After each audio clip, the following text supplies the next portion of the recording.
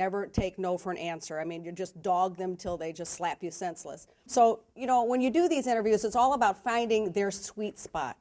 You know, there's going to be an interview I'm going to show you next with Far East Movement. They had an obvious sweet spot, and that's, you just have to be able to zero in on it. So you have to be observant, you have to do your research. That's number one is research. So you know, when they get in front of your camera, you already know the question you're going to ask them. And always start with your best question first, because you might only have one shot at it. And this is another thing that you should remember if you have your own show or if you're trying to make a segment interesting. Always ask for a shout out if you feel like they're amenable to it.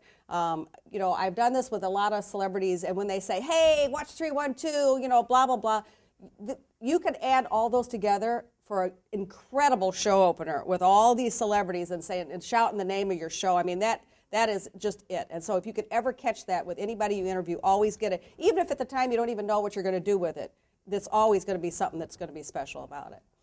And when you're talking on camera, you should always look in the camera. I mean, here's your subject. Always relate back to the camera, because the whole point of the show is that you're bringing these viewers to the party.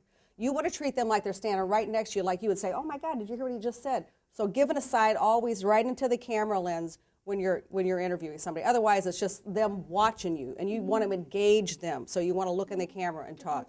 Right, and so you include them, the audience, right in the camera, and then back to your subject, always. For that last segment, a question that is really a good one to ask, because people always love to talk about their mentors, is who inspired you?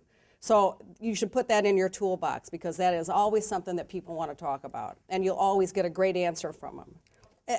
As you can see, you have to be very fast on the red carpet. You know, you have other reporters that are breathing down your necks, hoping you're going to run out of questions instantaneously so they can.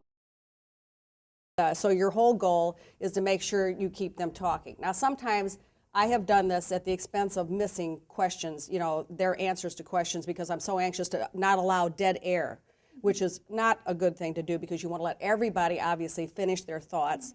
And sometimes, you know, I got too impatient because I was afraid I was going to lose them, or, you know, they were going to get bored and move on. So it's just something that you don't want to ever interrupt when they're making a comment. I mean, that's probably just common nature anyway, but that's something I had to learn the hard way, and I'll show you the one that I really regret.